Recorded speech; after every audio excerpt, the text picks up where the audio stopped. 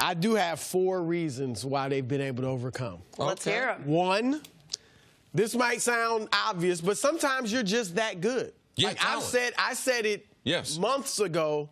If Joel Embiid and Ben Simmons remain healthy, they'll be all-time greats. I have no doubt in my mind that they will be all-time greats. We saw Shaq and Penny early in their career get to the finals. Magic, we know, won it as a rookie. Now, he had Kareem, but still, he played exceptionally well. Samson and Olajuwon. Samson, yes, very young. Very young. And they beat the Showtime Lakers 4-1 in the playoffs. And Larry Bird, his second year, now he was older than these guys. Yeah, he was 27 his rookie year. He was up there, but he led them, to a championship. Second thing, they're very well coached. I'm glad the Sixers stayed with Brett Brown. He coached through all the process and all that losing, and they could have easily just been like, the stench is on him. It's just he's connected to all that losing. We got to get rid of him. But they stuck with him, and he is. You look at the sets they run. Yes. They're not this basic team that, Ben creates everything or you just throw it to Embiid, let him do his thing. They have great sets. If it gets guys open, it allows Simmons to do his thing. And they're patient enough to stay with them late in the game. Even last night's game, not playing great. You could see them running the sets that they were, and them counter. They had a set, and then they had a counter off of that set. So I'm with you on that. Go ahead. Your other reason. 3, defense. I mean, defense, your offense may fluctuate, come and go. Defense wins, period. And if you can play good defense, and they did all year, you're going to have a chance to win.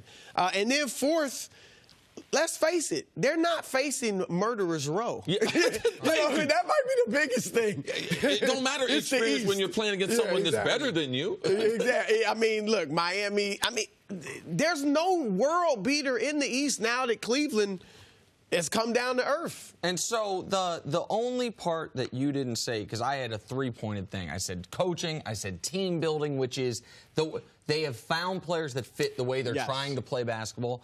And then this kind of goes along with the talent part. The swagger the confidence those guys have.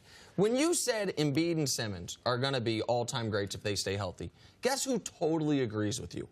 Joel Embiid and Ben Simmons. I was just going to say that. Like they carry themselves like, listen, we know how good we are. We know Embiid, I understand he might rub some people the wrong way. I like it. But, I mean, Embiid is taunting you in your face regularly, basically from the opening tip. Ben Simmons, that's not his personality, but he he exudes a level of cool confidence that you don't see out of a first-year player. Which I got to be honest, did you see it at LSU?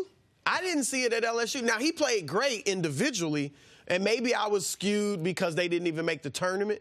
But I did not know he was this type of winner coming out of LSU. Yeah, well, you didn't see it because his demeanor, it takes you back because a lot of athletes don't play like that. He really plays within control. He really doesn't play like one day he's going to be the greatest player. He's not a Russell Westbrook type player.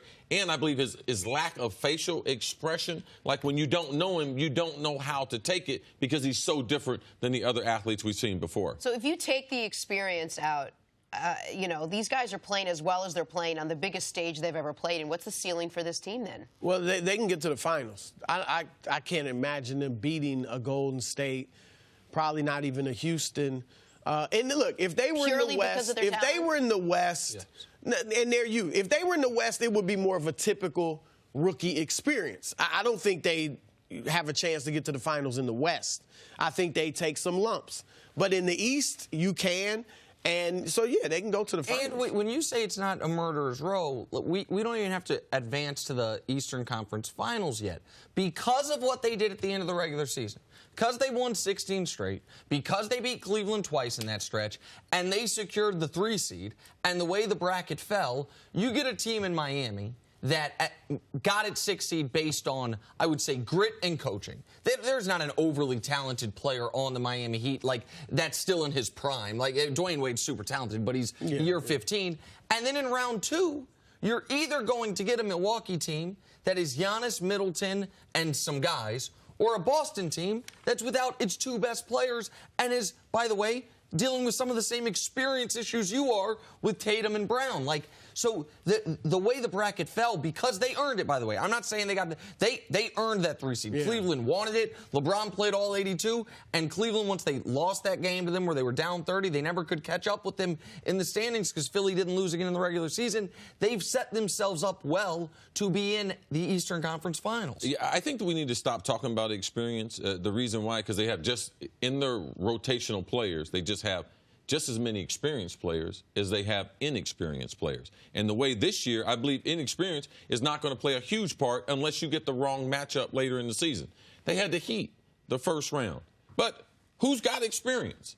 Like, who's got experience? Okay, let's look at that. You can look at the East. Toronto, they got experience, but it's bad. Washington, no experience. Cleveland, LeBron is the only one who's really got experience. Kevin Love is not even playing to a level that I can give his experience even credit for him. The Pacers, they don't have no experience. The Heat, they're not that good. Right. The Celtics, what experience do these young guys have playing? Other than Horford, that's it. And Milwaukee, experience, bad experience. Milwaukee, they don't have no experience. So there's no need for us to keep, why do we keep asking about Phillies? This is the year where experience, it does not matter. When you look at Bellinova, when you look at JJ, Ilyasova, like these guys have eaten up that equation of experience because they play the roles that I believe are harder to play because they got to knock down shots. Joel Embiid, he can play inside. He hadn't even been playing great. Hadn't received no criticism.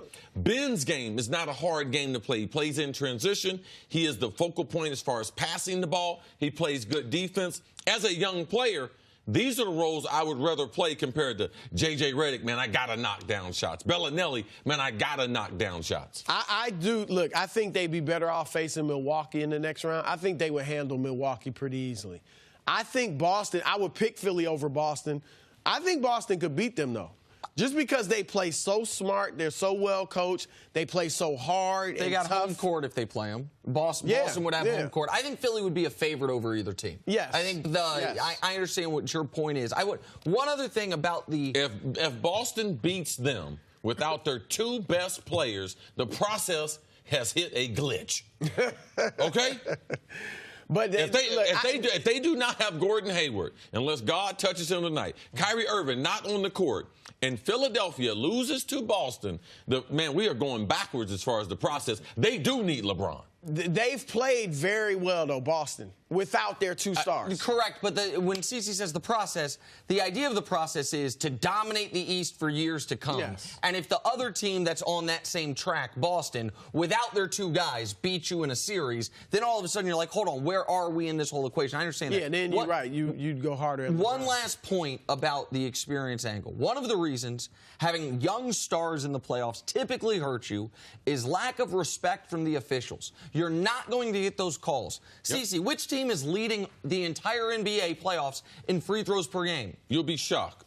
The Sixers, and they're shooting 31 a game. Which player is leading the entire NBA playoffs in free throw attempts per game? Joel Embiid. So, like, that's been... Well, not many teams have inside players. And Simmons, he's averaging, I think, 7.5 in the playoffs. Mm-hmm. He gets inside and he gets fouled. And they're drawing 29 fouls a game.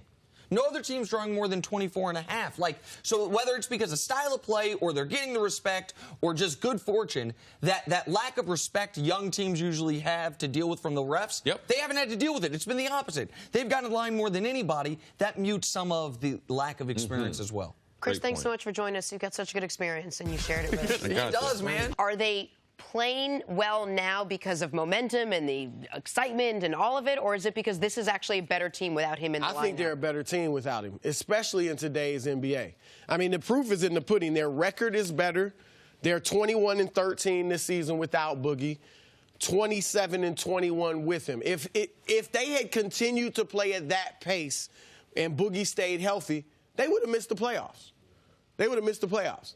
You know, last year they were 7-10 with him. And that 27-21 record includes winning 8 of their last 9 with him. So before that, they were way worse than that. And the 21-13 without him doesn't include the playoffs. So now they're 25-13 against a very good team, the 3 seed. If the record without him, not even including the 4-0 sweep in the playoffs, they would have been the 3rd seed. They were on a 50-win pace. So they play at a faster pace when he's not there. Their defense is better when he's not there.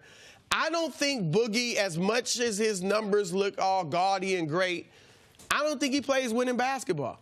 He takes 6 3-pointers a game. Why?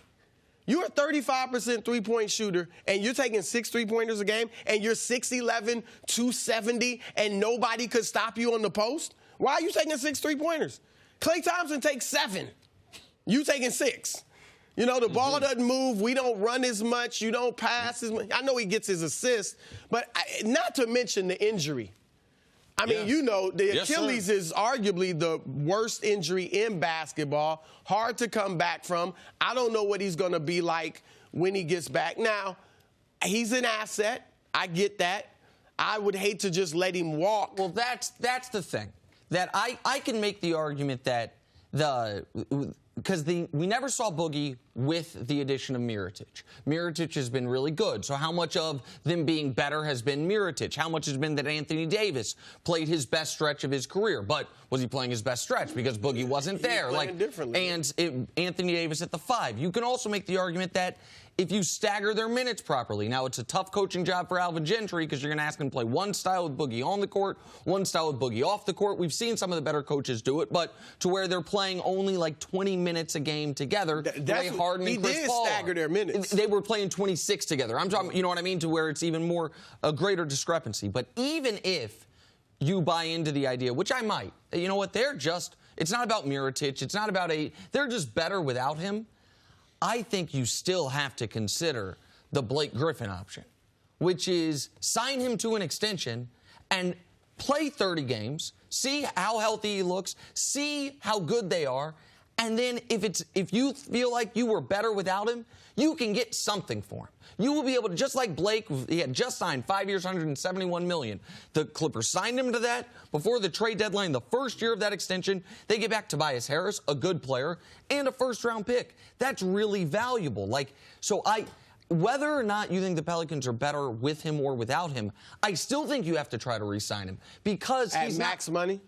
Even at max money, I think he's a tradable asset. I think there's enough desperate teams in the NBA that assuming he is not a shell of his former self with coming back from the Achilles. If he's just 80% of what he was at max money, you can still get a first-round pick and expiring contracts for him.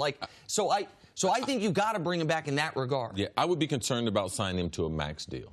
And the reason why is not only the Achilles, but DeMarcus Cousins, his overall attitude around the league, they know about this, Nick. So how much of an asset he is, like how much he's going to be able to fetch if you bring him back, I believe that's a question. That's a huge question. And, you know, what does it limit you from a roster standpoint? Because they need several role players. You talked about them, this being the least depth of any of the playoff teams, especially of the teams that have advanced. I mean, their lineup is thinner. They rely on their starters more than any other team in the playoffs. But the sidebar to that is, what does DeBrow think? What does DeBrow and want? Rondo, too. Because I believe that will weigh heavily. You know, do they grant themselves, you know, some cachet with DeBrow because DeBrow wants DeMarcus to come back. And I believe that part to be true. So I believe that because of DeBrow, that's going to pull on him.